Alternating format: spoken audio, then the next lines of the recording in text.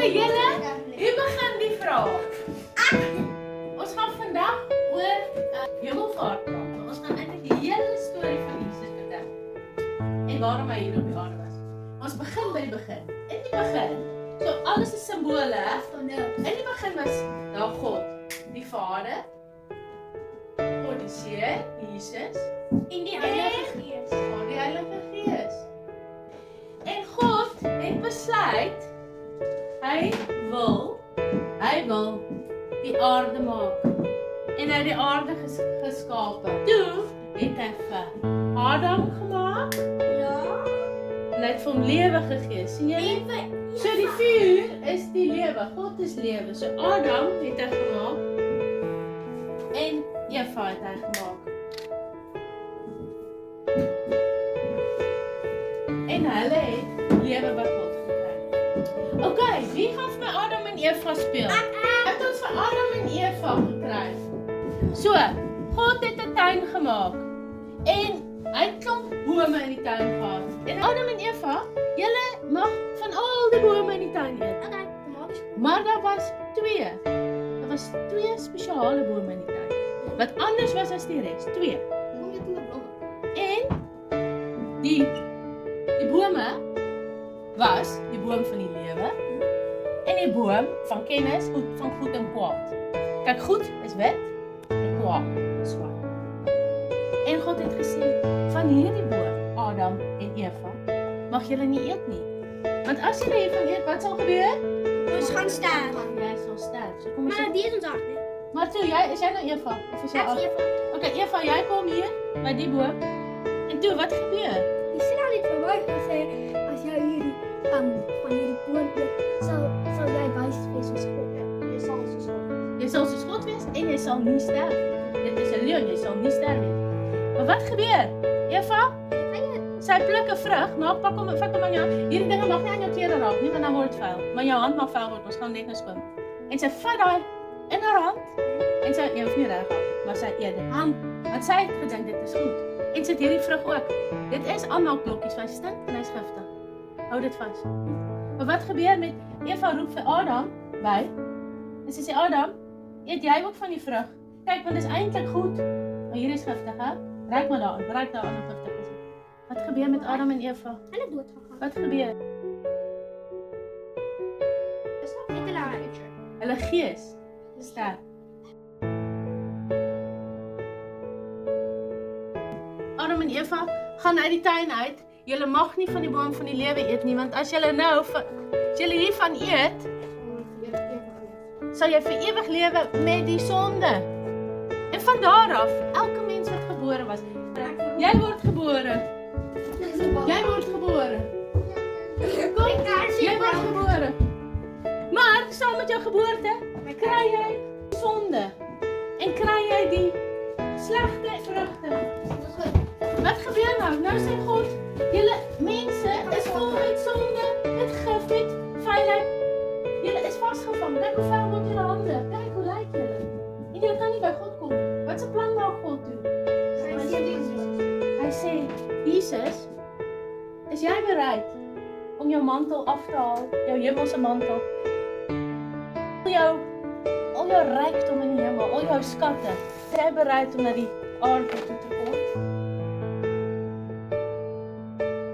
'n Mens te word? Kyk dan. So Jesus kom na die aarde toe. Kyk, en wat moet hy kom doen?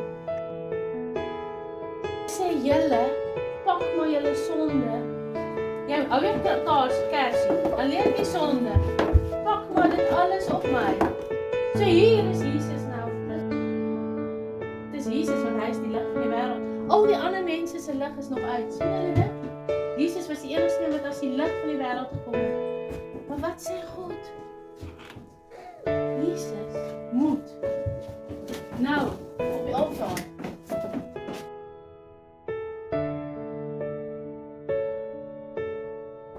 Nou julle vroeër het hulle deurtjies gehad. Wat moet nou met Jesus gebeur? Hy moet aan die kruis sterf. Hy moet sterf. Kyk hier. Why not? Wat ruik julle nou? Wat ruik julle? Vier. Wat dink julle, was dit maklik geweest vir hom? Ja. Hy het al ons sonde, al ons vuilheid, het hy op hom geneem. En dood gegaan. Sodat ons hande. Maar kyk na ons hande, kyk na julle hande, dis nog vuil, hè? Julle hande is vuil. Kom maar, dit is vir Jesus se kruis. Hy het nie net jou sonde gevat nie. Hy het gesê, ek was jou hande. En dit weer wit is, dat die giftigheid van jou hande af is. Hy haal al die sonde weg. En hy sê, ek het dit op my geneem. Ja. Daai sonde, daai dinge wat julle vasgehou het, sien julle hier is nog van dit. As jy dit wil aanhou vashou, dan kan God jou nie red nie. So ons moet sê, God, ek wil dit op U sit. Ek wil dit op Jesus sit en ek wil die offer vir my lewe. As jy daai offer nie aanvaar nie, dan bly jy eintlik altyd met hierdie in jou hande. Dan bly dit altyd vuil.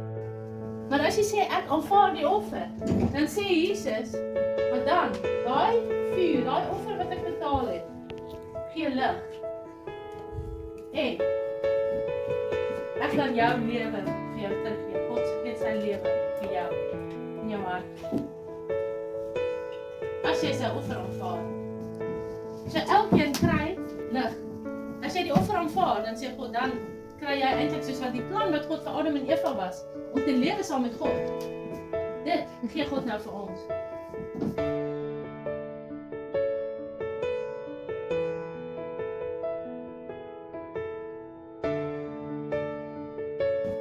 Jesus het dus vir ons die offer gekry, vir ons die pad teruggebring na die Vader. Maar wat het nou gebeur? Hy het gesterf. Hy het 3 dae daarna het hy opgestaan uit die dood. Toe was hy nog 40 dae op aarde saam met sy disippels. En toe gaan Jesus terug na die hemel toe. En hy sê, nou sit ek langs die Vader en hy sit weer op die troon. En Jesus is nie meer 'n mens nie. Jesus is nie meer iemand wat al ons sonde dra nie. Jesus is nou die koning op sy troon sit, vir wie ons baat. En wat die weg vir ons na die Vader toe vrymaak. Jy kan weer van die tree of life kan jy weer eet. Ja. Want dit is deur Jesus. Nou wil ek vir julle vra. Het julle al julle harte vir Jesus gegee? Ja. Of hom gesê, vat U dit, ek aanvaar die offer vir my lewe. Het julle dit al gedoen?